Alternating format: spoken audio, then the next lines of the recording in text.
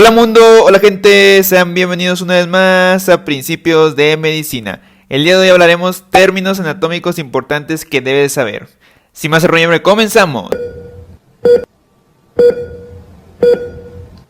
El día de hoy veremos términos anatómicos importantes. Pero primero, si estamos hablando de términos anatómicos, ¿qué es la anatomía? En este caso la anatomía incluiría aquellas estructuras que pueden verse macroscópicamente, es decir, sin la ayuda de técnicas de aumento. La rama de la medicina que se ve microscópicamente sería la histología.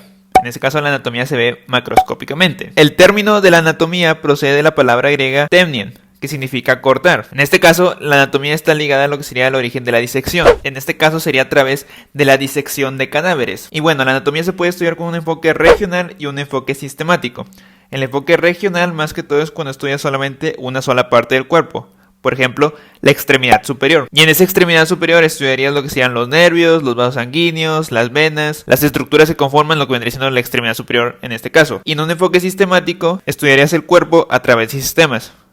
En este caso, por ejemplo, los vasos sanguíneos, pues sabemos que los vasos sanguíneos salen del corazón, entonces estudiaríamos más que todo el recorrido del vaso sanguíneo del corazón. En este caso el ejemplo que pusimos, que era hacia la extremidad superior. Solamente estás estudiando un solo elemento. En este caso, estos dos enfoques tienen sus ventajas y sus desventajas. En este caso, el enfoque regional, digámoslo así, que funciona muy bien cuando se trata de la disección de cadáveres, pero se queda corto a tratar de comprender cómo funciona el cuerpo. Y por otro lado, el enfoque sistemático, aquí su ventaja es que sí se da una buena comprensión de cómo está conformado el cuerpo, pero en la disección de cadáveres se queda un poco corto. Ahora sí, ¿cuáles son esos términos anatómicos importantes que debes de conocer? Primero empezaremos con los planos anatómicos. En este caso, esos planos anatómicos principalmente se van a dividir en tres grupos, que sería el plano coronal, el plano sagital y el plano transversal, que también se puede llamar horizontal o axial. En este caso estarán apareciendo imágenes de cómo se hizo el corte en el cuerpo humano para que lo entiendan mejor. En este caso el plano coronal está orientado verticalmente y divide el cuerpo en lo que sería una parte anterior y una parte posterior.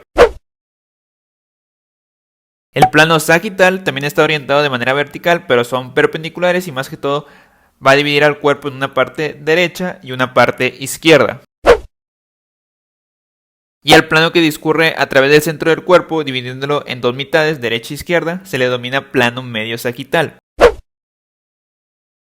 Y el último plano sería el plano transversal, horizontal o axial, que al fin de cuentas divide el cuerpo lo que sería en una parte superior y una parte inferior.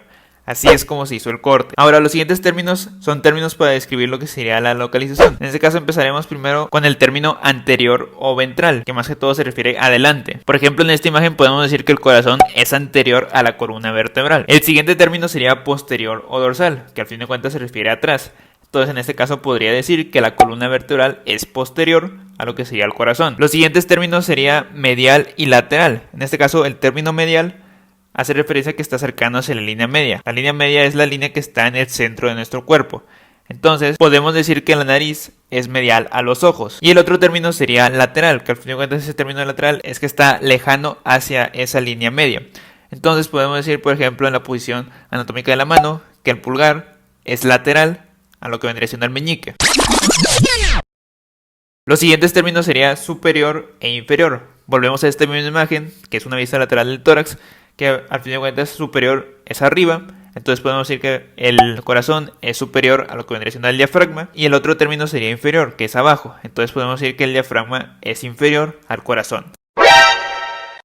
Tú, suscríbete. Los siguientes términos sería superficial y profundo. En este caso superficial es que está cercano hacia la superficie y profundo es que está lejano a la superficie. El ejemplo que podemos poner es, por ejemplo, las capas de la piel, que aquí está una imagen donde muestra las capas de la piel, que sería epidermis, dermis y la hipodermis. Entonces yo puedo decir que la epidermis es superficial a la dermis porque está más cercano hacia la superficie, y el otro término para aplicarlo puedo decir que la hipodermis es profundo a lo que sería la epidermis porque está más hacia el interior del cuerpo, está más lejano de la superficie. Los siguientes términos sería proximal y distal. Esto más que todo se utilizan más que todo en los vasos sanguíneos y en estructuras, por ejemplo, los nervios. Proximal hace referencia a lo que vendría siendo próximo al origen y distal es lejano hacia el origen. Un ejemplo más que todo sería en los vasos sanguíneos, que aquí tenemos el recorrido de los vasos sanguíneos de la extremidad superior y aquí estamos viendo lo que sería la arteria subclavia y la arteria axilar. En este caso, para aplicar estos términos, sabemos que los vasos sanguíneos salen del corazón, entonces podremos decir que la arteria subclavia es proximal a lo que sería la arteria axilar, porque la arteria subclavia está más cerca hacia el corazón, porque es el origen, y la arteria axilar puedo decir que es distal a la arteria subclavia porque pues, está más lejana hacia el origen. Ese sería un ejemplo. El siguiente término sería unilateral, que solamente se refiere de un solo lado. El siguiente término sería bilateral, que se refiere de los dos lados. Por ejemplo, una lesión bilateral de las extremidades inferiores quiere decir que se lesionaron las dos extremidades inferiores. Pero si digo que fue una lesión unilateral de la extremidad inferior, puede ser que haya sido en el lado izquierdo o en el lado derecho, solamente en un solo lado. El término ipsilateral se refiere del mismo lado y el término contralateral se refiere del lado contrario. El término craneal se refiere hacia la cabeza, que también se puede decir superior, y el término caudal se refiere hacia la cola, que también se puede decir inferior. Y el término rostral se utiliza también en la cabeza, particularmente lo que sería en la cabeza, para describir lo que sería la posición de una estructura en referencia a la nariz. Por ejemplo, el cerebro sería rostral a lo que sería al romboencéfalo, que es una parte del encéfalo. Y unos términos de movimiento sería, por ejemplo, la dorsoflexión, que sería la flexión del tobillo, la hiperextensión, que es una extensión más allá, la oposición, que solamente lo puede ser el movimiento de la yema del pulgar, la protusión, que sería un movimiento anterior de la mandíbula a levantar lo que sería el mentón, y la retracción, que sería un movimiento posterior que se efectúa también en lo que sería la mandíbula. Otros términos de movimiento sería flexión y extensión. Flexión es que bajaría lo que sería el ángulo de la articulación y extensión es que lo aumenta el ángulo de la articulación. Aquí se muestra una imagen de la flexión del brazo y de la extensión del brazo. El siguiente término sería abducción y aducción.